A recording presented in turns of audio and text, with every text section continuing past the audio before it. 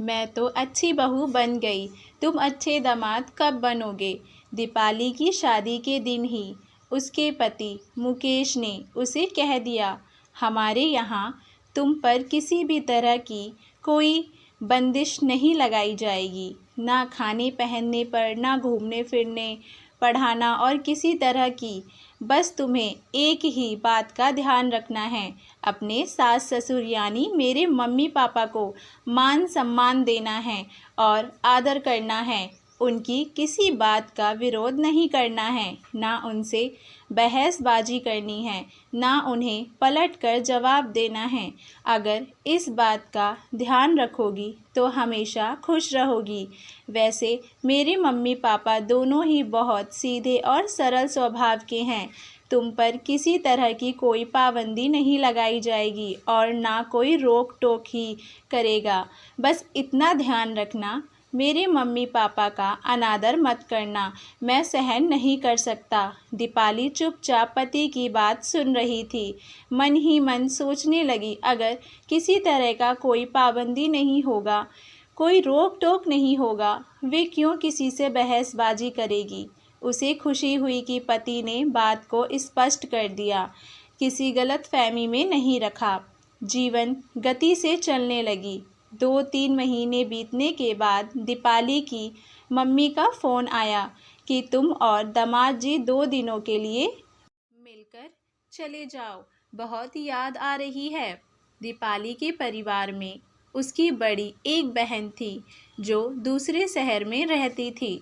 दीपाली की शादी उसी शहर में हुई तो माँ बाप को भी अच्छा लगा कि कम से कम एक बेटी तो उसके करीब ही रहेगी। दोनों बेटियों को उन्होंने शादी में हर संभव दहेज दिया था। उनकी आर्थिक हालत अच्छी थी, इसीलिए बेटी दामाद की आवभगत और लेन देन में भी कोई कसर नहीं छोड़ते थे। अगले हफ्ते दीपाली और मुकेश उनसे मिलने आए। मुकेश ने कहा कि वे रात को वापस चला जाएगा, लेकिन दीपाली 2 दिन रुकेगी।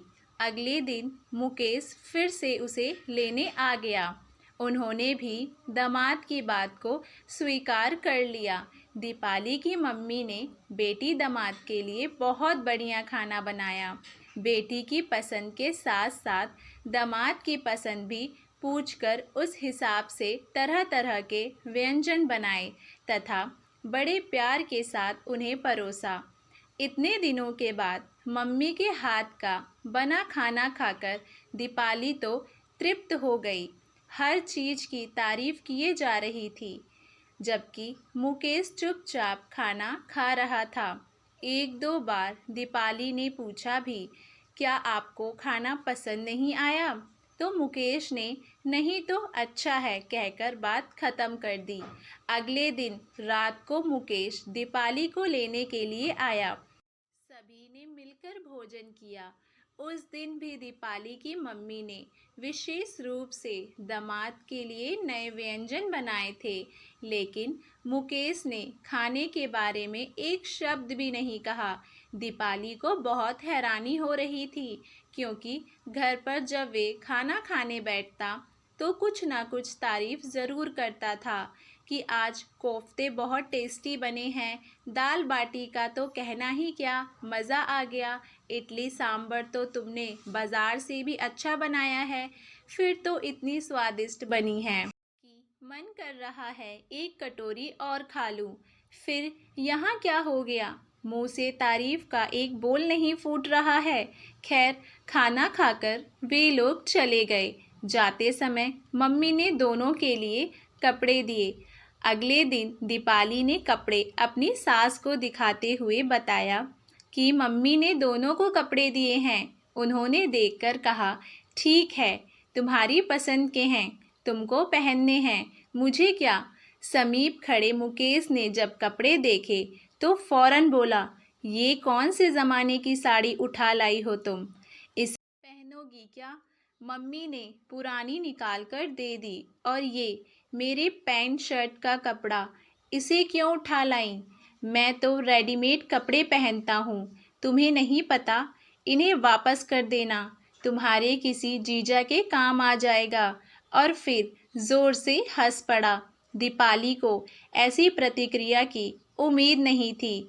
वे वासी हो गई।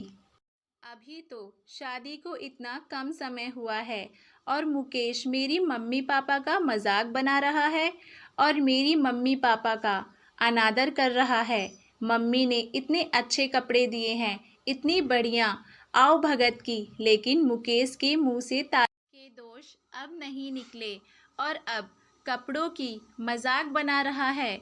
उसका मन कौसाला हो गया। ये पहली बार का अनुभव था, इसीलिए वे मन मसोर कर चुप हो गई। अगले महीने ही दीपाली गर्भवती हो गई। घर में खुशी की लहर दौड़ गई। सभी बहुत प्रशंसा कर रहे थे। बहुत लंबे आश्रय के बाद घर में नवजात शिशु का आगमन होने था। साथ दीपाली को तरह तरह के निर्देश देती रही, जिस चीज़ को खाने का मन हो मुझे बता देना, चलते समय आराम से चलना, हल्की एक्सरसाइज करती रहना, अच्छा श्रेष्ठ साहित्यिक पढ़ती रहना। अधिक ग्रहण संस्कार का कोर्स भी उसे लगवा दिया। कुछ मिलाकर उसकी बहुत अच्छी देखभाल करने लगी और उसे सदा खुश रहने के लिए भी कहा करती। उसे समझाती थी कि अगर तुम खुश रहोगी तो बच्चा भी हमेशा हंसमुख रहेगा। दीपाली मन ही मन सास के प्रति कृतज्ञ होती कि वे उसकी इतनी अच्छी फिक्र कर रही हैं। एक दिन दीपाली का मन चाट खाने का कर रहा था।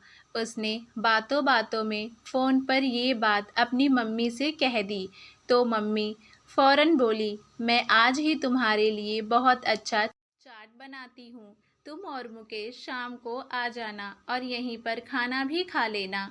वे बड़ी खुश हो गई और मुकेश को जब ये सारी बात बताई तो वे बोला, तुम भी बड़ी अजीब हो, इस हालत में आप इतनी दूर वहाँ चाट खाने जाओगी। इससे तो अच्छा है मम्मी को यहाँ बुला लो, वे यहाँ सबके लिए चाट बना देंगे, हमारे साथ साथ मम्मी पापा भी खा लेंगे। मुकेश, ये क्या कह रहे हो? मेरी मम्मी यहाँ आकर तुम सबके लिए चाट बनाएंगी? अच्छा लगेगा क्या उन्हें? भी तो उतना ही दूर पड़ेगा। फिर वहाँ तो उन्होंने सारा सामान लाकर रखा होगा, यहाँ आकर वे कहाँ सामान ढूंढती फिरेंगी? इधर की दुकानों के बारे में तो वे जानती भी नहीं। दीपाली ने हैरानी से पूछा, इसमें अच्छा बुरा लगने की क्या बात है? अपनी बेटी के लिए तो माँ कुछ भी करती है, यहाँ तो सिर्फ चाट बनाने की बात कही तो तुम्हें बुरा लग रहा है? चाट ही तो बनानी थी ना, कोई पहाड़ तोड़ने के लिए कहा नहीं था। आखिर बेटी वाले हैं तो बेटी की खुशी के लिए इतना सा काम करने में क्या तकलीफ होगी? मुकेश के कहने का लहजा कुछ गलत था और अहंकार से भरा था, इसीलिए दीपाली का मूड खराब हो गया। उसने मम्मी को फ़ोन करके कह दिया कि आज भी नहीं आ पाऊँगी, फिर किसी दिन आकर चाट खा लेंगी। दीपाली को महसूस होने लगा था कि मुकेश उनके मम्मी पापा का आदर नहीं करता, बल्कि किसी न किसी तरीके से मजाक उड़ाता रहता है और उन लोगों का अनादर भी करता है। उसे महसूस होने लगा कि मुकेश को रोकना होगा और उसकी गलती का एहसास कराना होगा, वरना उसकी आदत पड़ जाएगी और आगे जाकर कलह का रूप धारण कर लेगी। कुछ समय गुजर गया। दीपाली की गोद भराई का कार्यक्रम था। सभी रिश्तेदारों, नज़दीकियों, मित्रों को बुलाया गया था। दीपाली के मम्मी पापा और बहन को भी निमंत्रित दिया गया था।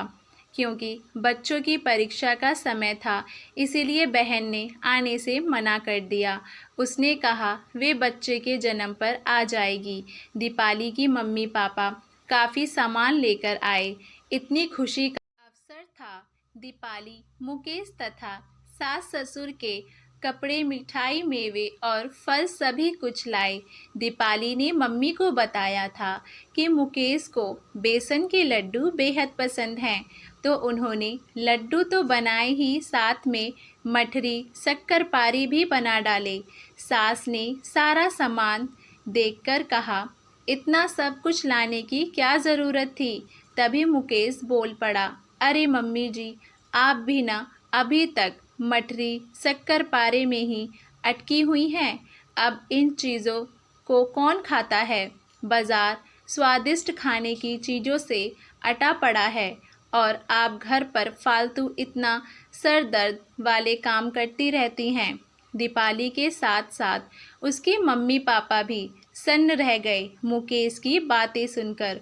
अब दामाद को वे क्या कहते। मुकेश के मम्मी पापा तो चुप रहे, उन्होंने कुछ भी नहीं कहा। लेकिन दीपाली ने निश्चय कर लिया कि अब वे मुकेश को टोक कर ही रहेगी।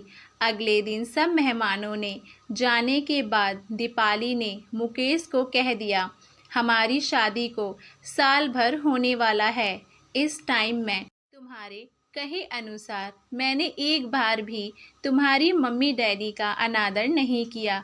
कभी कभी मम्मी जी ने मुझसे किसी बात पर अगर नाराज़गी भी जताई तो भी मैंने उन्हें पलटकर जवाब नहीं दिया।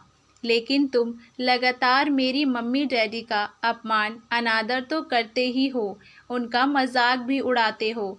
और हाँ, तुम्हें उनका लाया हुआ कोई भी सामान पसंद नहीं आता है, ना उनके बनाए खाने में तुम कोई रुचि होते हो।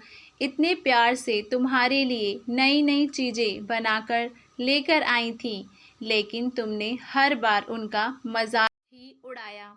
चाहे कपड़े हो, कुछ सामान हो या खाने का व्यंजन हो, हर चीज़ में तुमने हमेशा कमी ही निकाली है, उनका मजाक ही उड़ाया है।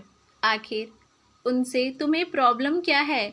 क्यों हर बार उनका दिल दुखाते हो? उनके देन लेन में क्या कमी है? इतने प्यार से वे सब कुछ देते हैं, फिर क्यों उनका अनादर करते हो? तुम्हारे मम्मी पापा के लिए चाहते हो कि मैं उनका अनादर मान करूं, सम्मान दूं, तो क्या मेरे मम्मी पापा सम्मान पाने के अधिकार नहीं? मुझे अच्छी बहू बनने की शिक्षा देते रहते हो, पर तुम अच्छे दामाद कब बनोगे? जैसा व्यवहार तुम मेरे मम्मी पापा के साथ कर रहे हो, अगर मैं वैसे ही व्यवहार तुम्हारे मम्मी पापा के साथ करूं तो तुम्हें कैसा लगेगा? अब तक मैं हर बार चुप रही, इसका अर्थ ये नहीं कि मुझे बुरा नहीं लगता। मैं सिर्फ इसीलिए चुप रहती हूँ, कहीं घर में कलह का वातावरण ना बन जाए। अब तक मैंने बहुत सहन किया, लेकिन अब नहीं कहूँगी।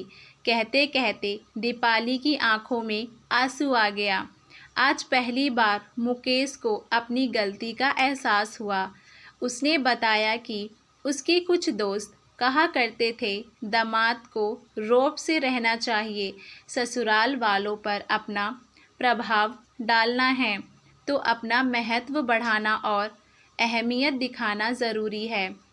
बस मैं भी उनकी बातों में आ गया और ऐसी हरकतें करने लगा, लेकिन अब मैं समझ गया हूँ कि मैं गलत था। मैं वादा करता हूँ आगे से इस बात का ख्याल रखूँगा। जैसे मैं अपने मम्मी पापा को आदर मान देता हूँ, आगे से तुम्हारे मम्मी पापा को भी वैसे ही आदर मान दूँगा। अब तुम खुश हो, अभी नाराज़गी छोड़ दो। तुम माँ बनने वाली हो, तुम्हें तनाव मुक्त रहना है। मेरे कारण तुम भी कुछ समय तनाव में रहीं, इसे और मेरा कभी ध्यान ही नहीं गया। उनके लिए भी मैं तुमसे माफ़ी मांगता हूँ। नम आँखों को पोंछते हुए दीपाली ने अपने हाथ मुकेश के हाथ में दे दिए और हल्का सा मुस्कुराकर उसके गले लग गई। दोस्तों, आज भी कई घरों में ऐसा ही माहौल है जहां पति चाहता है कि पत्नी उसके माता पिता का आदर मान सम्मान करे, लेकिन स्वयं अपने सास ससुर का आदर मान सम्मान नहीं करते। दीपाली ने क्या सही किया? आपका क्या ख्याल है? हमें नीचे कमेंट बॉक्स में ज़रूर बताइए और हमारे चैनल वानी वॉइस को लाइक शेयर सब्सक्राइब करना ना भूलें।